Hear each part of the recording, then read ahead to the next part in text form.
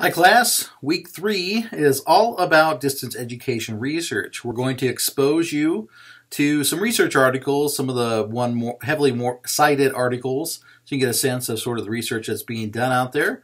There's a ton of different work going on around the world related to distance education. If you look at the history of distance education, at least in the last 15 years, it's one of those means and modes of education that has grown dramatically compared to other ways of doing teaching.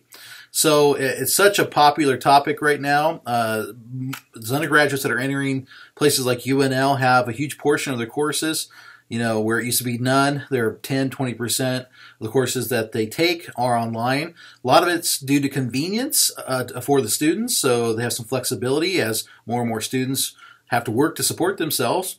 Also, it allows students to get into courses that may not otherwise be offered. Think of an intro biology course. Why those lecture courses are great. It's sometimes hard to get into those if you don't have a section. We even have some issues in our courses, intro entomology course, where about half the students that take that course do it online.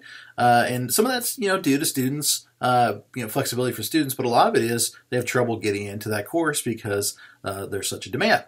So we're exposing you to this wide world of education research related to distance instruction, but once again, only a sliver of that. So I've posted some articles for you to look at, and also posted a short video on how to search for articles on your own through UNL Libraries and Google Scholar, and the sort of link between Google Scholar and the library that allows you to see full text articles if UNL has access and is, let's say, paying for a journal, which is a part of the Big Ten Consortium. Believe it or not, libraries share subscriptions, especially interconferences, and we share that with a lot of other Big Ten institutions. So I provide a short video on how to do that. Also, you'll be reading a number of articles this week, and you're going to see I've got a folder for just high school instructors. I have a lot of secondary teachers that end up taking this course, and I try to provide some resources only for those in that area that sort of give them access and exposure to distance learning in that environment.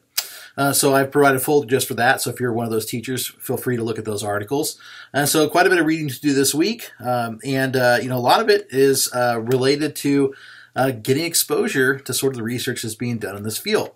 And this changes every year. The hot topic right now, of course, is flipped classrooms, and probably, I would say, massively open online courses, and looking at different ways of offering those is a big part of that right now. Anyway, I hope you enjoy this week. Research on this topic is great. I do a little bit of research related to distance technologies and offering these courses that I do in science via distance. But I'm not a primarily distance educational researcher. There's a lot out there that I learn every time that I take this class and teach this class, because I have to sort of hone my own understanding of how distance education research changes every 12 months. Anyway, once again, if you do have questions about anything this week, let me know, and I hope you enjoy your exposure to distance education research.